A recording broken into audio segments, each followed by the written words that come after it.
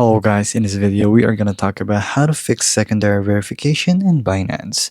So you have to log into your personal Binance account and then go into your account basically and then get verified of course, and here you want to get verified so you can do much more in Binance because Binance has one of the biggest trading platforms in the space right now.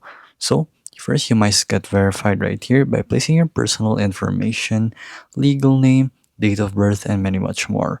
Your home address will be next, and you will need a liveness check. So it's either you are going to use another phone or your current device for this liveness check, and then you'll have to center your face and follow the screen in the instructions. And then once you're ready, press the button and it will actually flip the camera so that you'll be able to see your face, and then you'll be also to scan your documents. From there, Binance will review your data in a timely manner, and then once your application is verified, they'll send you a notification that it was successful, and that's how you fix your secondary verification in Binance.